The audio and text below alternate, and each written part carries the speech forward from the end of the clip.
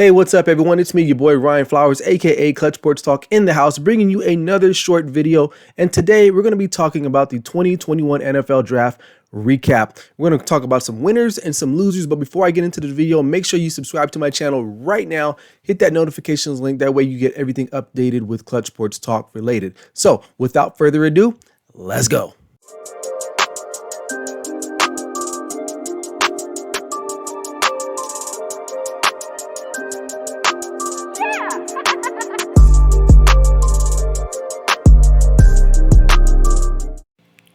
Welcome back in, man. Like I said, this video is going to be quick. We're going to be talking about the NFL 2021 draft. We're going to recap a few things of note. There were some surprises. Obviously, the 49ers did not select Mac Jones. They went ahead and went and picked Trey Lance, which, you know, some people were surprised, like myself. I mean, I thought the 49ers were going to probably go with Mac Jones. That was the talk. But from all accounts, according to Kyle Shanahan, Trey Lance was a guy that actually they were really infatuated with throughout the whole process. And they kind of just let the whole Mac Jones narrative kind of take flight and do its own thing. But I think they knew from the jump that they were probably going to take Trey Lance. Some other surprises, the Chicago Bears traded up to the 11th spot to get their quarterback in Justin Fields, which I thought was important because, you know what, I think for them, they knew they made a mistake a few years ago. I believe it was in 2017 where they had the opportunity to get Deshaun Watson and they didn't. And I think this time around, they're like, nah, we're not going to do that. And some other few surprises, like the Cowboys weren't able to get the cornerback, but they also did get what they actually needed in the draft, which was some defensive players, but particularly a linebacker. But, you know, hey, with that said, there were some winners and there were some losers. So I want to start with the winners. I feel one of the teams that I think that did a really good job, and actually they have a strong base to build off going towards the future, the Cleveland Browns. Now, they added to their defense. They were able to actually land a really good player out of Notre Dame, Jeremiah Owusu-Koramoah.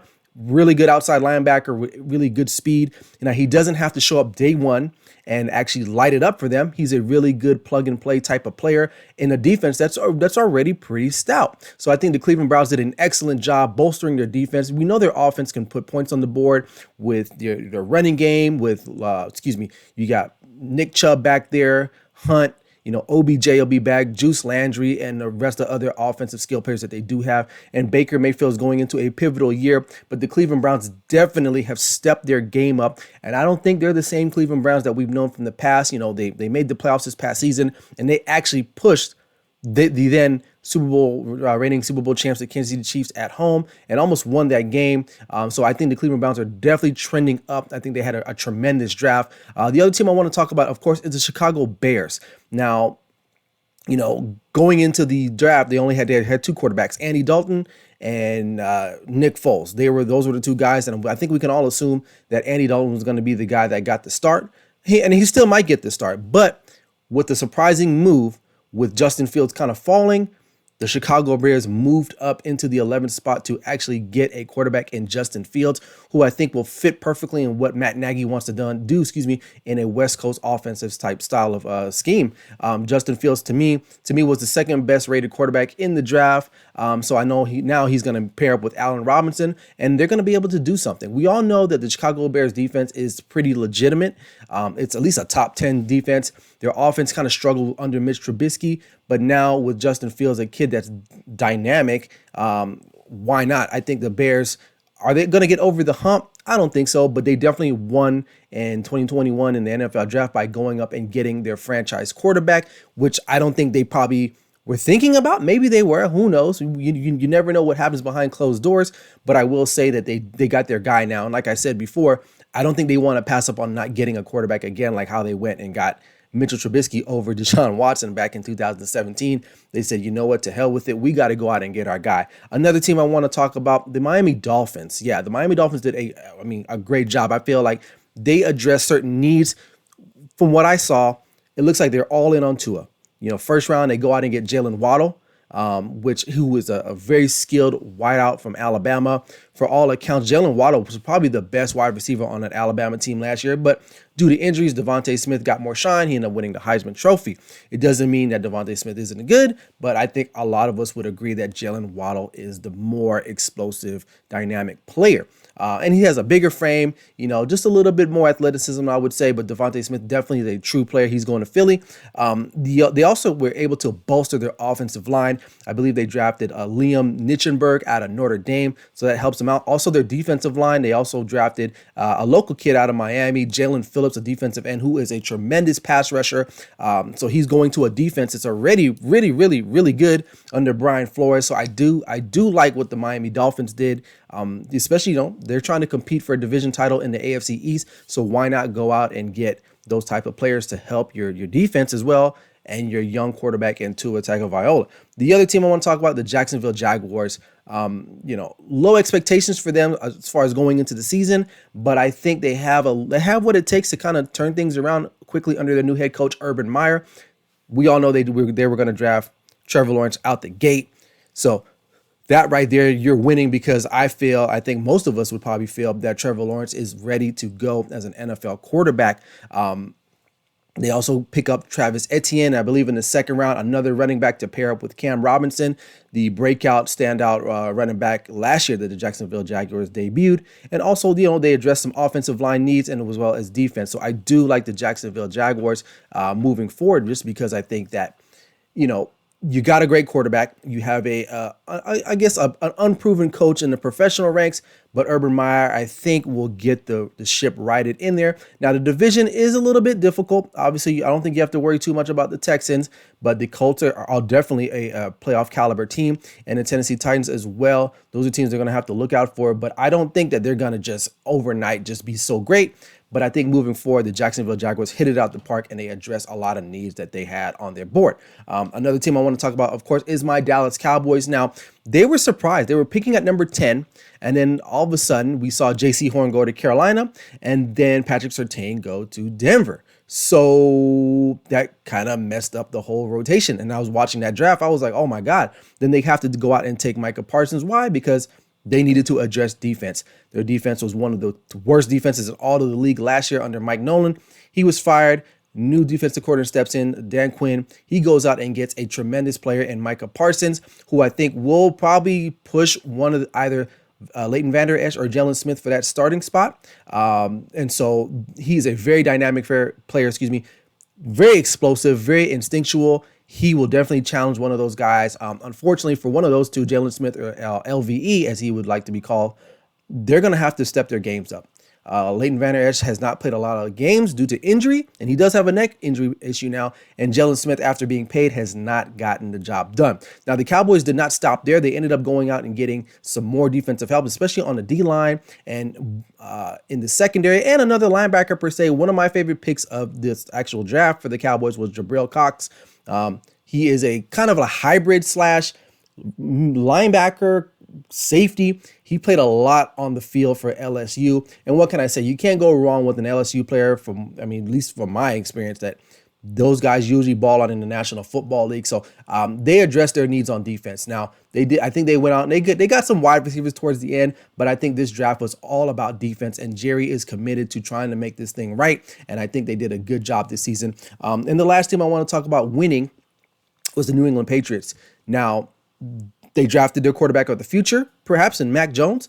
He'll have to sit under or behind Cam Newton, which I don't think is a problem. Mac Jones will be able to learn the nuances of the New England offense and, play behind Cam Newton, who is a former NFL MVP and a Super Bowl participant. And you know what? They went and actually really did a good job on their defense as well. They went ahead and drafted two solid players, one out of Alabama, Christian Barrymore, a defensive tackle, and Ronnie Perkins, DN, out of Oklahoma. Now, Ronnie Perkins does not necessarily fit their style, but I guess given where they were at in that spot of the draft, they needed to go out and get a defensive player, and he was one of the best explosive, most dynamic defensive players that they had there at the time in the draft. I like what they did there.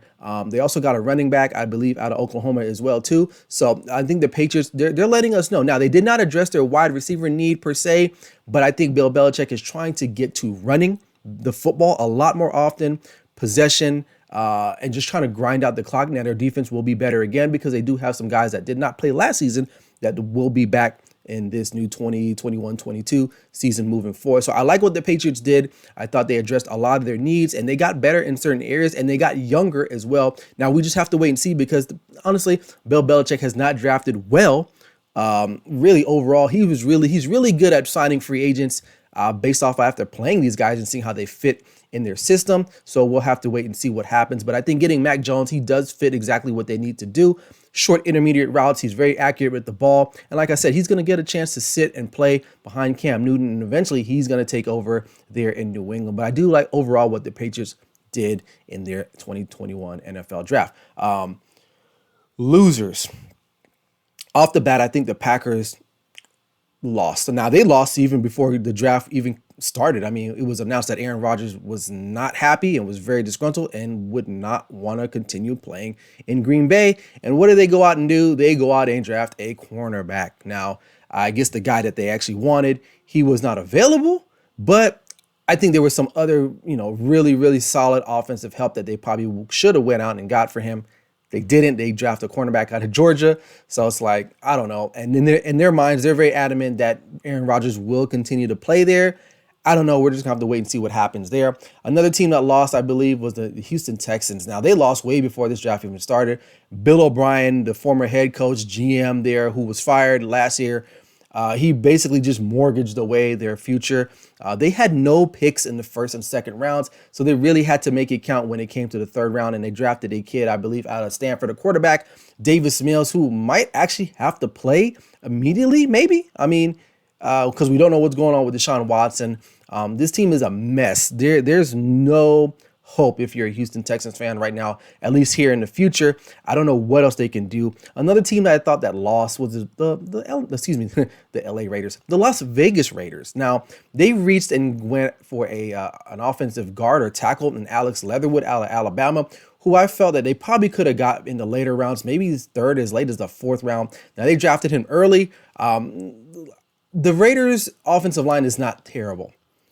Their biggest need was the defense. Now, they did go out and get some guys. They did draft the safety out of TCU, Tevin Moorhig, I think his name is. Now, who also has some question marks. He just had some recent injuries that took place. So that's another red flag there. But to get Alex Leatherwood so early, again, I don't know what John Gruden and Mike Mayock are thinking. In the past couple of drafts, they really haven't hit it. They haven't hit it really out of the ballpark. They've had a lot of high picks, especially from that trade with the Chicago Bears a few years ago for Khalil Mack. They haven't really turned into a lot of big cachet players per se. So I think the Raiders, we'll just have to wait and see with what they got, because based off of what I just saw, I don't think they actually really did a great job. And the other final team I want to talk about who were kind of a losers was the Pittsburgh Steelers. Now, they did go address their running back situation with James Conner's moving on to Arizona.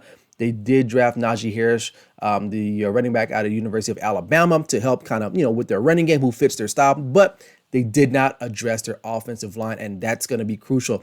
Last year, they were terrible on third and short. They threw a lot of times on 3rd and 1 situations, and they did not complete at a high clip. And Ben Roethlisberger is not the most mobile quarterback, and he's a sitting duck back there, and their offensive line is in shambles, which is strange because, for the most part, since I've been watching the Pittsburgh Steelers, their offensive line has been pretty stable. Now, they don't really have a great offensive line, and they did go out and get a running back, but guess what? If no one's blocking for the guy, we're not going to know what's going to happen. And obviously, Big Ben is he's got one leg in retirement, and this might be his swan song here as we go into this final season in 2022 for him. But the Pittsburgh Steelers definitely did not do a great job, I thought, in their draft. Now, there were some other teams that I thought that actually did some good things, but those are the ones that I really focused in on, that I thought overall did a good job, and some teams I think didn't do a great job. So, but other than that, the draft was fun.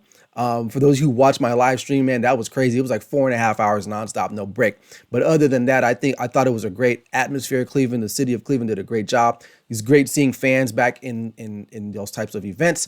But other than that, I think we're good. So let me know what you guys think. Who's another team you thought were actually winners or losers? Because I would love to hear that. And make sure you subscribe to my channel. But other than that, man, without further ado, that's all I got. So this is Clutch Sports Talk with me, Ryan Flowers. Never settle till the work is done. See you guys later. Peace.